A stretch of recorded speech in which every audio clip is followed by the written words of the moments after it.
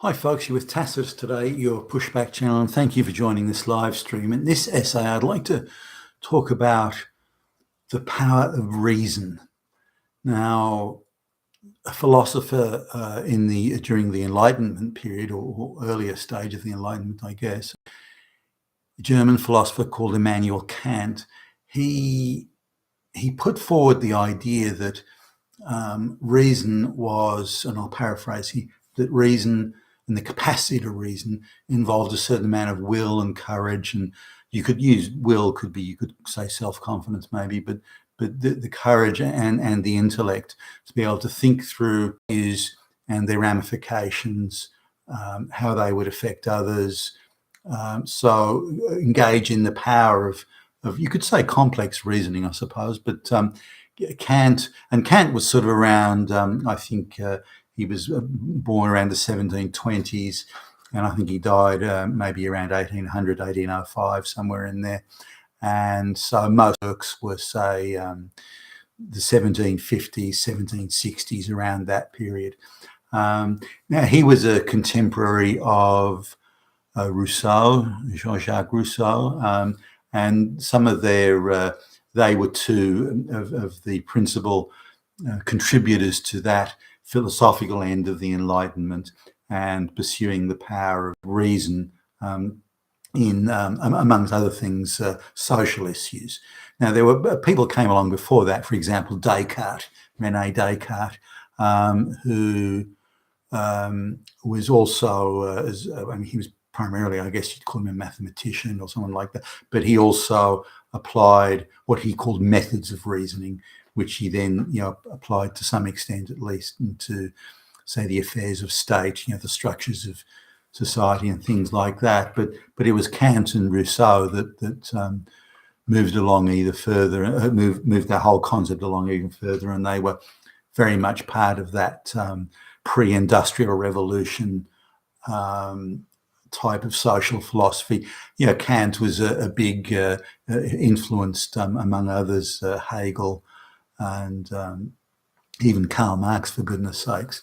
So he's certainly got an impressive resume in terms of what he's contributed to that Enlightenment period, or that time of the Enlightenment. Now, his idea of reasoning was that if you're not reasoning yourself through your own capacity to think through complex issues, which he conceded, some people may not be smart enough to do it, others may lack the courage, others may lack the confidence, and he conceded those things. But he said that if you couldn't do it, you were therefore under what he called tutelage. That is, you were under the control of another. They would decide effectively why you did something and what you did and the reasoning for it and that sort of thing. So you would lose your very capacity for intellectual independence. Now, Kant believed that an advanced state in terms of social structure and the organisation of the body politic and so on, that should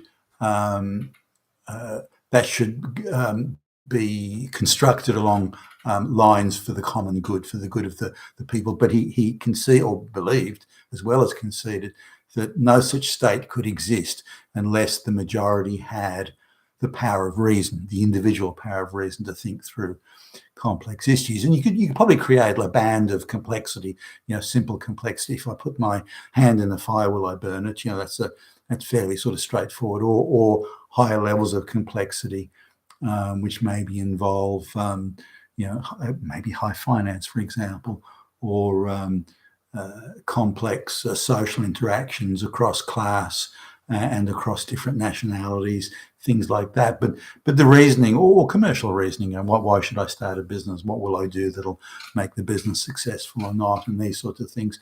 So Kant was very much in favour of the view, or took the view, that you had to have the individual power of reasoning, and that had to be permitted, if not encouraged and supported by the state, through education and through the liberty of the private citizen.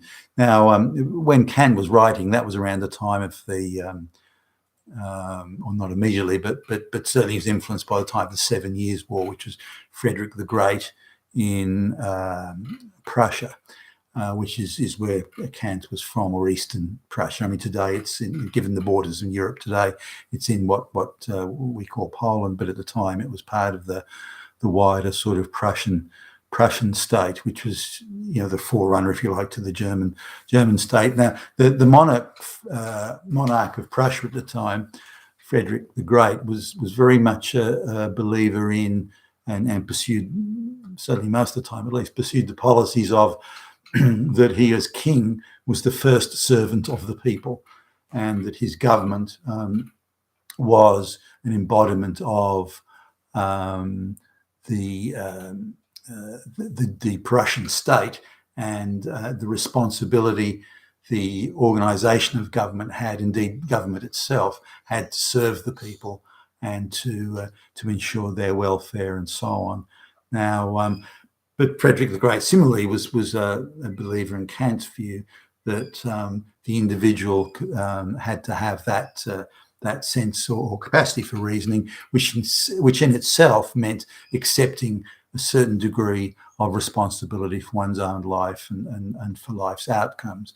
So it's a very important part of even going back as far as the Renaissance. You can kind of see the early moves along those lines and early ideas, but they really took off during the times, I say, of Kant and in Germany and Rousseau in France.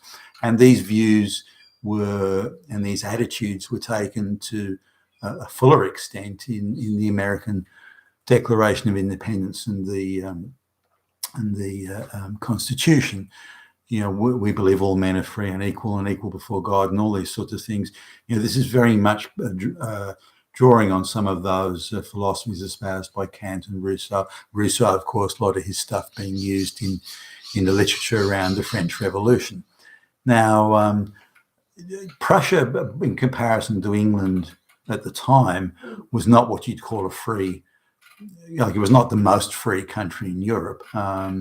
It was the British, or particularly the English, that enjoyed the most liberty and the most input to their representative democracy. There was much less around Europe generally, but that didn't mean that there was none. For example, the Prussian government, and again coming back to Frederick the Great, took their view of taking the welfare of the population very seriously, whereas the English view was less so. The aristocracy and the masses in England still didn't see themselves as really being the same band of brothers. The Prussians, by contrast, not that they didn't have their problems, they did, but Prussians, by contrast, saw that they were all in it together: the aristocracy, the government, the king, the peasants, the middle class. They saw they were all in it together, much more than the British did, or the French for that matter. And if you went to Central and Eastern Europe, the very concept of individual rights and the responsibility of the citizen to reason through complex issues would have been laughed at. So it's very much really a Western European gig. And again, you can see in the countries of the world where the Industrial Revolution took off, it was tightly concentrated in those states that were practicing this form of enlightenment, as espoused by Kant and to some extent also by Rousseau. Now, today, I would posit that the West has lost its power of reasoning. I mean, look at the kids coming out of fucking university, for Christ's sake. They can't reason their way out of shit. So now that's a deliberate thing being done by college lecturers. Now, not all of the kids are led away, and we've got a lot of low IQ kids being pushed into college, and they're easy cannon fodder for these these lecturers that are saying, no, don't worry, don't use your own powers of reasoning. We'll tell you what to think.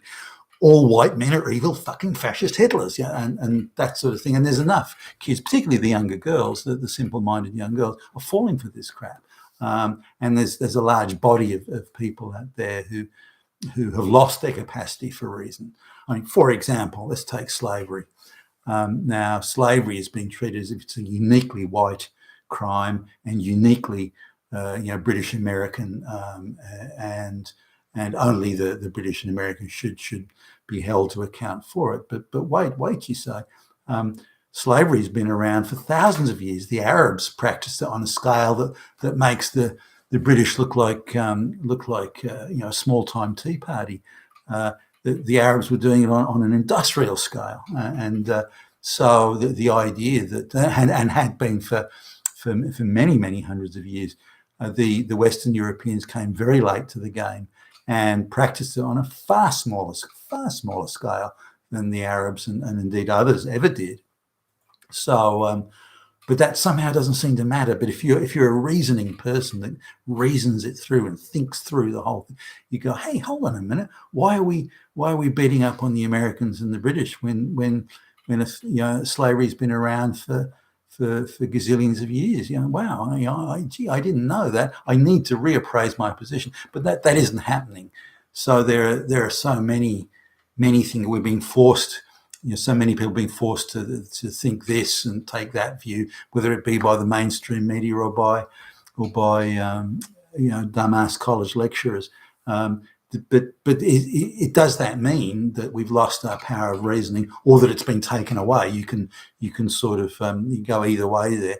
But there was a time when reasoning and sort of mental independence, psychological independence was considered to be, to a large extent at least, maybe not in all things, but was considered to be very much part of a free and democratic people expressing their will, in the ballot box and, I don't know, talkback radio or something, but expressing their will through their own reasoning power. Not that all of them had the same capacity for reason, not that there weren't people that made mistakes or still said and did dumb things. That still happened. But it was, in my view, at least encouraged. Whereas now it's to think independently and to reason through something independently and to ask questions is to be crushed, kicked off social media, bank accounts closed, have the proverbial shit kicked out of your head. And that's not what a free and independent people, that's not the environment of a free and independent people. And so Immanuel Kant's point back there is that if you don't have the courage of your own convictions to reason things through and to think independently, then you cease to be a free people. And I'm wondering if we've more or less reached that point already. I look forward to seeing your views below. You've been a Tacitus today, your Pushback channel, and thank you for listening.